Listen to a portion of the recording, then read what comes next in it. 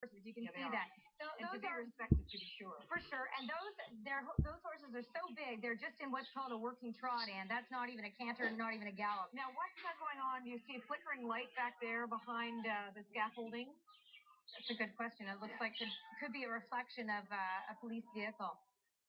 But the horses certainly back up the riot police on foot and help to chase some of the people on the street away. And look, you can see so many of them are just carrying their cameras, snapping pictures. And some of them mugging to our cameras as well. Enjoying every moment of it. And in fact, I think they're just trying to tell who's who here.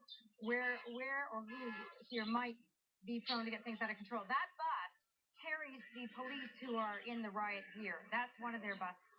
And sorry, Steph, go ahead. They were parked on Queen Street earlier.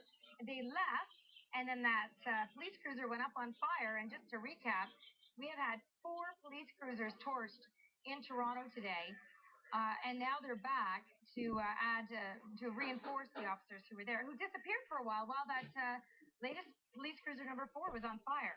So we see the mounted unit following that bus. And these officers have their shields up now, Anne. Now, and this, for context, this is at the corner of Queen and Beverly Street.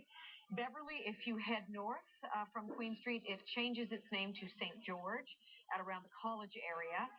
And it's a major artery to get to and from a very busy Queen Street West. And police have lined up on the sidewalk and on the street. And the mounted unit is there, and people began to run just a moment ago. Now everyone again is at a standstill. Nathan Downer is on the other side of this at Queen and Spadina. Nathan, what can you tell us?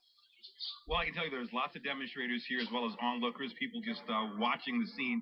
There's also a long, tight line of police officers on Spadina here at Queen, just making sure that demonstrators and onlookers stay back. The fire has been extinguished. There were many people that were just sort of standing around watching, and people just talking amongst themselves. Many are just in shock and in disbelief. Hard to believe what they're seeing, and many are wondering what's going to happen next.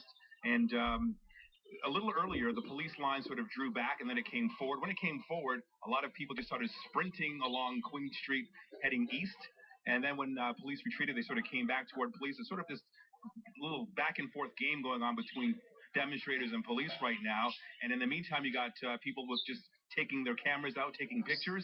Some are standing on their balconies. This is also not just a business area, but a residential area too. People taking pictures as well, watching this, wondering what goes next. And of course, as I'm talking, a bus sort of planted itself in front of us. And I'm going to throw it back to you. Well, there seems to be great interest in the 3 fellows who perched themselves on top of a demolition scaffolding as we look live here as well. And Stephanie Smythe, we're going to bring in Mike Lane, who's on the ground here.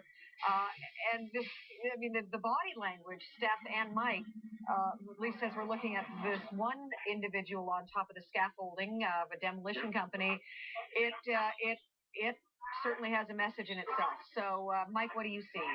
Well, right now I'm about 6 paces from Beverly Street, and once again, as the police and the mounted unit push back there, everyone had kind of had their head on the swivel.